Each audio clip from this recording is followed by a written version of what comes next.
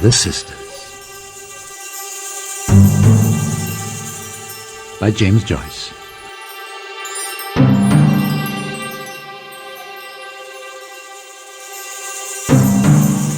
Επιμέλεια Γιώργος Πιτροπογιαννάκης. There was no hope for him this time. It was the third stroke. Night after night I had passed the house, it was vacation time, and studied the lighted square of window, and night after night I had found it lighted in the same way, faintly and evenly.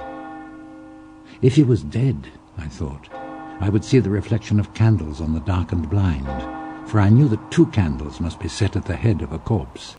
He had often said to me, "I am not long for this world." And I had thought his words idle. Now I knew they were true. Every night as I gazed up at the window, I said softly to myself the word paralysis. It had always sounded strangely in my ears, like the word nomon in the Euclid and the word simony in the Catechism. But now it sounded to me like the name of some maleficent and sinful being. It filled me with fear, and yet I longed to be nearer to it and to look upon its deadly work. Old Cotter was sitting at the fire smoking when I came downstairs to supper. While my aunt was ladling out my stirabout, he said, as if returning to some former remark of his, "No, I wouldn't say he was exactly... but there was something queer. There was something uncanny about him. I'll tell you my opinion." He began to puff at his pipe, no doubt arranging his opinion in his mind. Tiresome old fool. When we knew him first, he used to be rather interesting, talking of faints and worms, but I soon grew tired of him and his endless stories about the distillery. "I have my own theory about it," he said. "I think it was one of those peculiar cases, but it's hard to say." He began to puff again at his pipe without giving us his theory.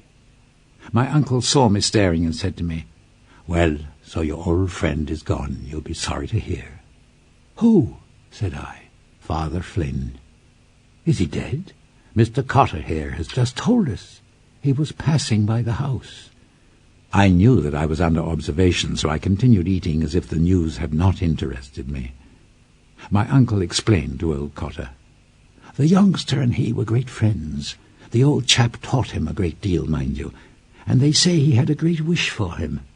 "God have mercy on his soul," said my aunt piously. Old Cotter looked at me for a while. I felt that his little beady black eyes were examining me, but I would not satisfy him by looking up from my plate.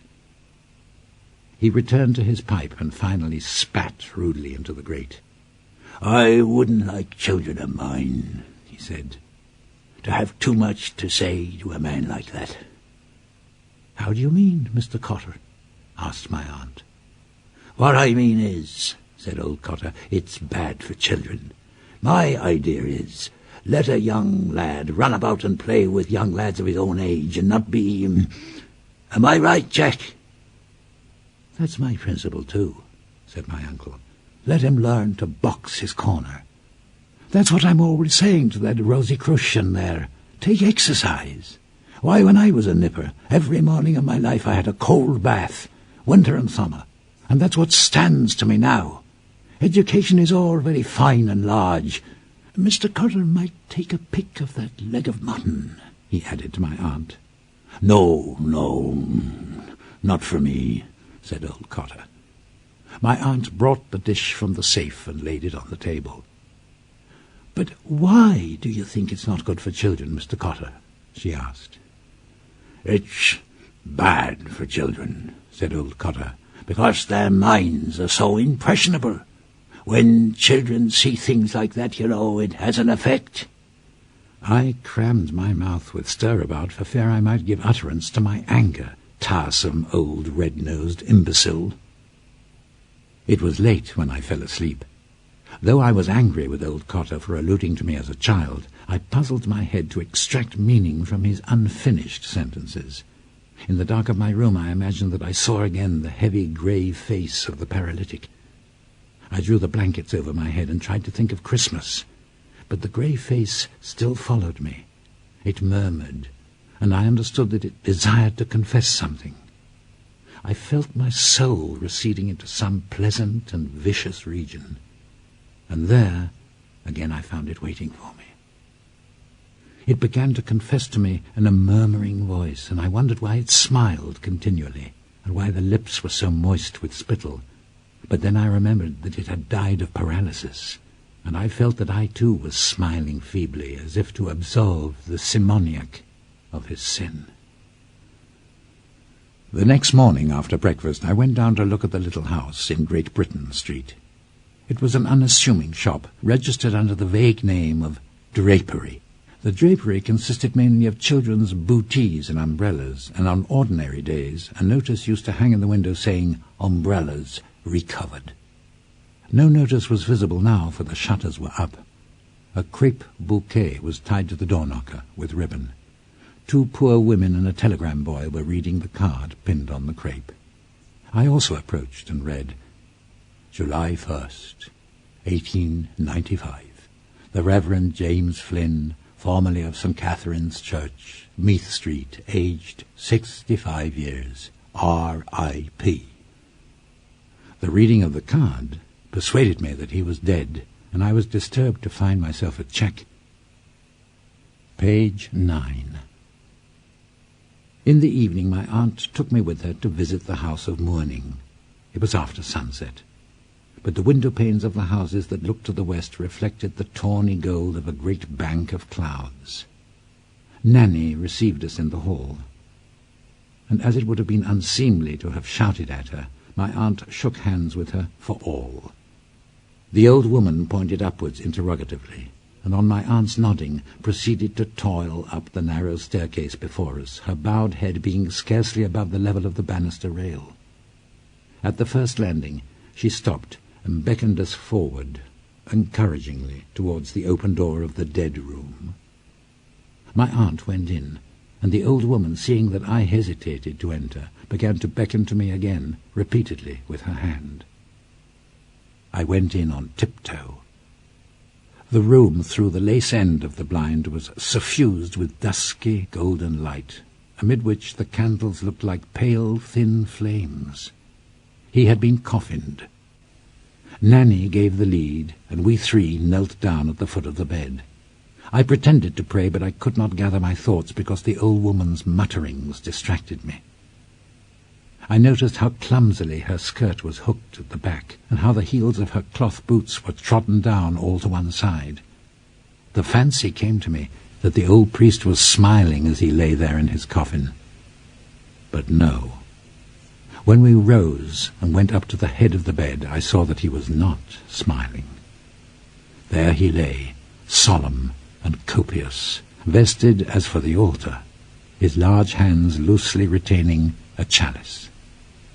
His face was very truculent, grey and massive, with black cavernous nostrils encircled by a scanty white fur.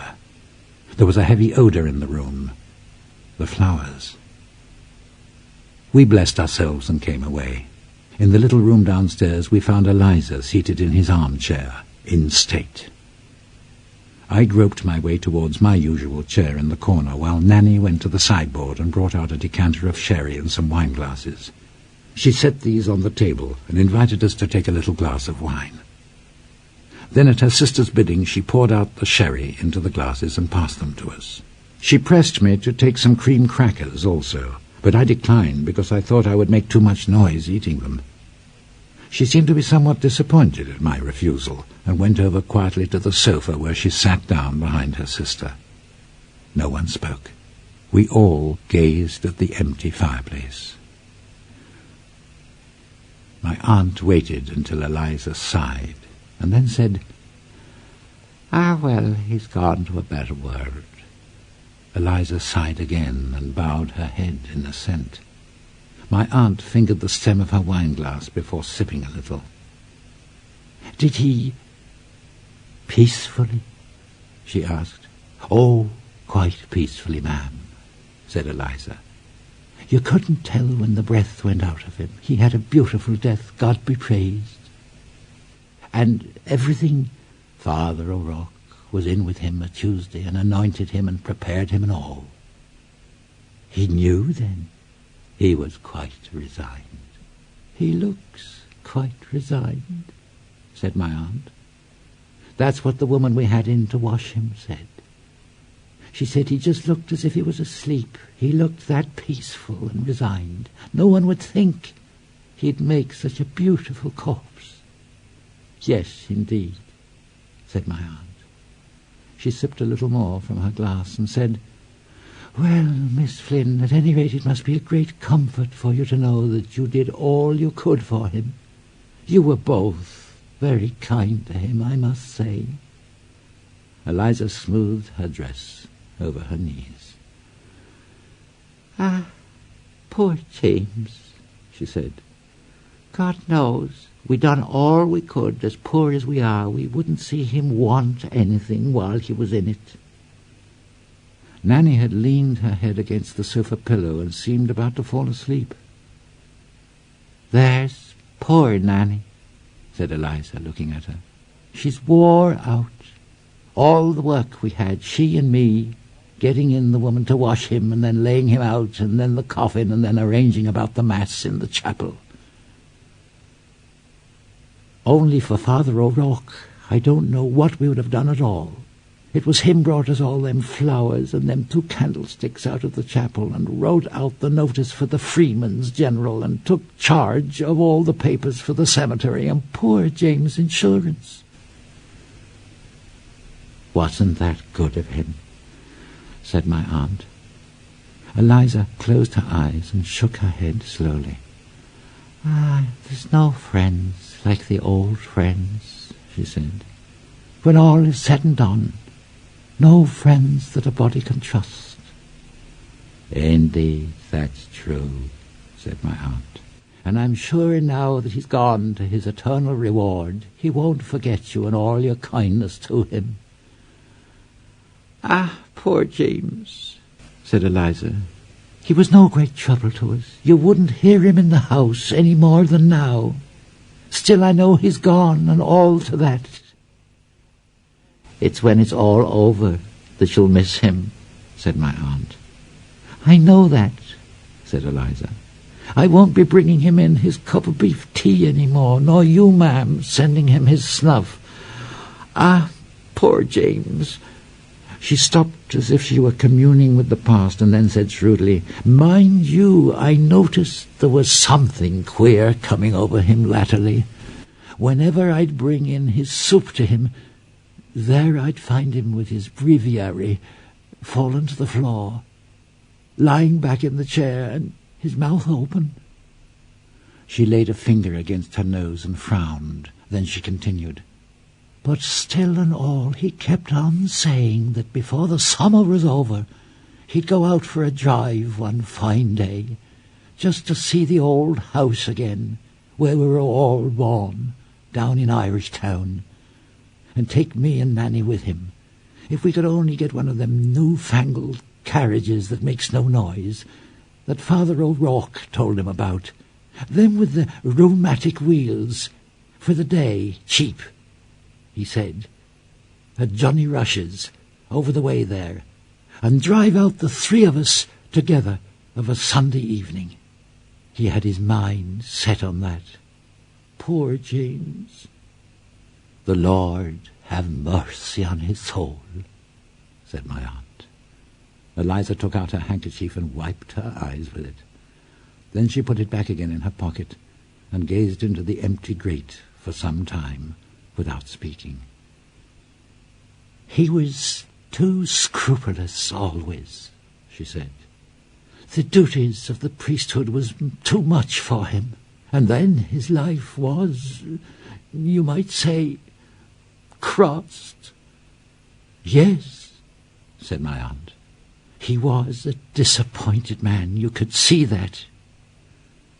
A silence took possession of the little room, and under cover of it I approached the table and tasted my sherry, and then returned quietly to my chair in the corner. Eliza seemed to have fallen into a deep reverie. We waited respectfully for her to break the silence, and after a long pause, she said slowly, "It was that chalice he broke. That was the beginning of it. Of course they say it was all right, that it contained nothing, I mean, but still, they say it was the boy's fault. But poor James was so nervous. God be merciful to him." "And was that it?" said my aunt. "I heard something," Eliza nodded, "that affected his mind," she said. "And after that he began to mope by himself, talking to no one and wandering about by himself. So one night he was wanted for to go on a call, and they couldn't find him anywhere. They looked high up and low down, and still they couldn't see a sight of him anywhere. So then the clerk suggested to try the chapel. So then they got the keys and opened the chapel, and the clerk and Father O'Rourke and another priest that was there brought in a light for to look for him. And what do you think but there he was, sitting up by himself in the dark in his confession box, wide awake and laughing like softly to himself." She stopped suddenly as if to listen. I too listened, but there was no sound in the house, and I knew that the old priest was lying still in his coffin as we had seen him, solemn and truculent in death, an idle chalice on his breast. Eliza resumed, "Wide awake and laughing like to himself. So then, of course, when they saw that made them think that there was something gone wrong with him."